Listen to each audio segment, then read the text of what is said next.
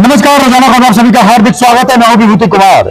जन सरोकार की खबरों के अलावा हम तमाम करंट खबरों को लेकर आपसे जुड़ते हैं जो मेरठ के लिए नहीं बल्कि पूरे प्रदेश के लिए मुफीद साबित होते हैं। मुकेश सिद्धार्थ एक ऐसा नाम जो बेलगाम होते हुए अपनी आवाज को इतनी बुलंदियों से जिस तरीके से उन्होंने कानून की धज्जियां उड़ाई, संवैधानिक पद पर बैठे व्यक्तियों की धज्जियां उड़ाई, कहीं न कहीं उनका अंजाम उन्हें मिल गया है, जेल चले गए हैं।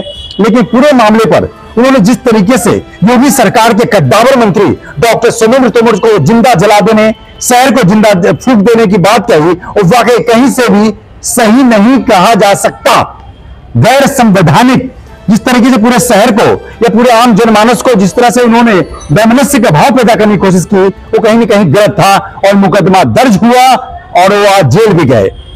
जिस तरीके मुकेश सिद्धार्थ को लेकर मंत्री सोमेंद्र तोमर के वकील एडवोकेट राहुल भराना जी हमारे साथ मौजूद है। हम इस जानने की कोशिश करते हैं कि आखिर पूरा मामला क्या था, कि क्या क्या सेक्शंस लगे हैं और उन्हें जुडिशियल कस्टडी में जेल भेजा गया है, बहस क्या हुई। नमस्कार सर, कैसे आप? जी नमस्कार, मैं बढ़िया। सर, जिस तरीके से मुकेश सिद्धार्थ ने एक बहुत ही जिम्मेदार संवैधानिक पद पर बैठे व्यक्ति को जिंदा जला देने, शहर को फूंक देने, आगजनी कर देने की बात कही, वाकई ये किसी सदी के भारत में ये कहीं भी जायज नहीं ठहराया जा सकता। बाबा साहब भीमराव अम्बेडकर के संविधान पर चलने वाला ये देश जिस तरीके से सरेआम पुलिस प्रशासन के सामने एफआईआर क्या दर्ज हुआ और आज बहस क्या हुई, मैं इस मामले पे प्रकाश डालते हुए बताऊंगा। दिनांक 6/1/2024 को 11 बजे कलेक्टेड कंपाउंड मेरठ में जो है पूर्व मंत्री मुकेश सिद्धार्थ, जो समाजवादी पार्टी के अपने आप को कहते हैं, इन्होंने काफी भीड़ इकट्ठा कर ली वहां पे, और भीड़ के सामने उन्होंने समाजवादी नेता होने के बावजूद भाजपा सरकार के विरुद्ध पूरा का पूरा और माननीय मंत्री जी सोमेंद्र तोमर के विरुद्ध और जिला प्रशासन के विरुद्ध आपत्तिजनक नारेबाजी करी है और अन्य प्रकार की धमकियां दी है। सोमेंद्र तोमर जी माननीय मंत्री जी को जिंदा फूंक देने, शहर को फूंक देने, इस तरीके की बातें उन्होंने अनगल करी है, जिससे जो है वहां पे भीड़ को उकसाने का उन्होंने काम किया है और आम जनता में वहां पे अफरा तफरी मच गई थी और भय का माहौल उत्पन्न हो गया था।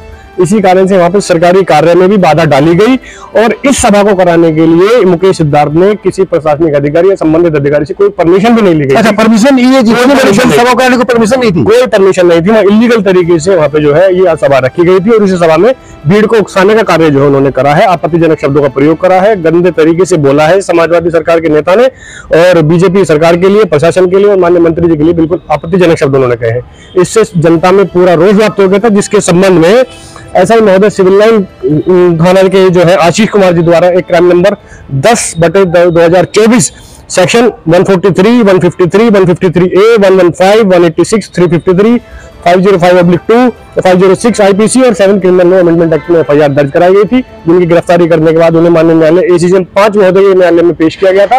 वहां पे उनकी जमानत अर्जी दाखिल करी गई थी, उस जमानत का घोर विरोध हमने किया और उसकी जमानत जो है खारिज करके उन्हें जेल भेजा गया। जमानत की हियरिंग के समय आपने जज साहब को बताया होगा कि जिस तरीके पूरे शहर को आग में तब्दील कर देने की ये जो बिल्कुल है, क्या बताया आपने? इसमें ये था कि एक रूलिंग पार्टी के कद्दावर नेता जो माननीय सोमेंद्र तोमर मंत्री जी और काफी शालीन है, कोई व्यक्तिगत तौर पे भी उन्हें नहीं कह सकता कि किस तरीके की कहीं पे उन्होंने अनगढ़ बातें करी हो।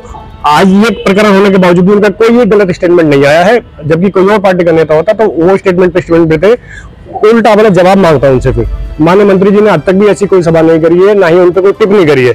इससे उनकी शालीनता का प्रदर्शन होता है, शालीन दिखते हैं कितने शालीन है। और वहाँ अदालत में भी ये बात रखी गई है और वहाँ पे उनके पहले भी 3 मुकदमे दर्ज है, क्रिमिनल हिस्ट्री है उनकी, मुकेश सिद्धार्थ की क्रिमिनल हिस्ट्री, तीनों की क्रिमिनल हिस्ट्री मेरे पास है, मैं आपको बता देता हूँ। पहले क्या सेक्शन लगे हैं इन पे? 307 का भी इनके पास सेक्शन है, अटेम्प्ट टू मर्डर का, बिल्कुल आर्म्स एक्ट का भी है, और 332, 342, 353 और 504 का भी सेक्शन है। ये क्रिमिनल हिस्ट्री इनकी पूरी है, वो तीनों की केसों की क्रिमिनल हिस्ट्री भी अदालत के सामने रखी गई, जिसके मद्देनजर रखते हुए उनकी जमानत याचिका खारिज करते हुए उन्हें जेल भेजा गया। अच्छा, जेल भेजा गया है। हालांकि सूत्रों से जो खबर मिल रही है वकील साहब तो नहीं बताएंगे, लेकिन रासुका लगाने की प्रक्रिया चल रही है, खैर वो अलग बात है। लेकिन जिस तरीके से एक जिम्मेदार नेता को संविधान का और समाज का और सोसाइटी का आईना माना जाता है, सत्ता किसी की भी हो, लेकिन नेतागिरी जब करे तो ये सोच के करें कि कल आपकी भी सत्ता आ सकती है, तो समाज में आपकी क्या उपस्थिति रहेगी।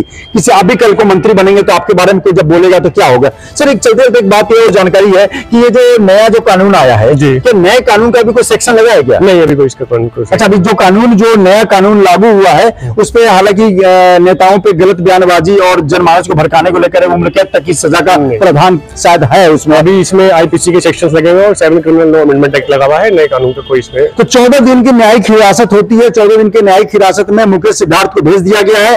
हालांकि उनकी तरफ जमानत अर्जी लगाई जाएगी, बाद में बहस होगा। लेकिन फिलहाल यह है कि अगर आप बेजुबान, अगर आप गलत चीजों का इस्तेमाल करते हैं तो कहीं ना कहीं अंजाम भुगतने को तैयार रहिए। हमारे साथ थे मेरठ के तेज तरार युवा एडवोकेट राहुल भराना जी, जिनसे हमने सारी बात की। आगे भी इस मुद्दे पर हम इनको लाइव करते रहेंगे। देखते रहिए रोजाना खबर, चैनल को सब्सक्राइब कीजिए। नमस्कार।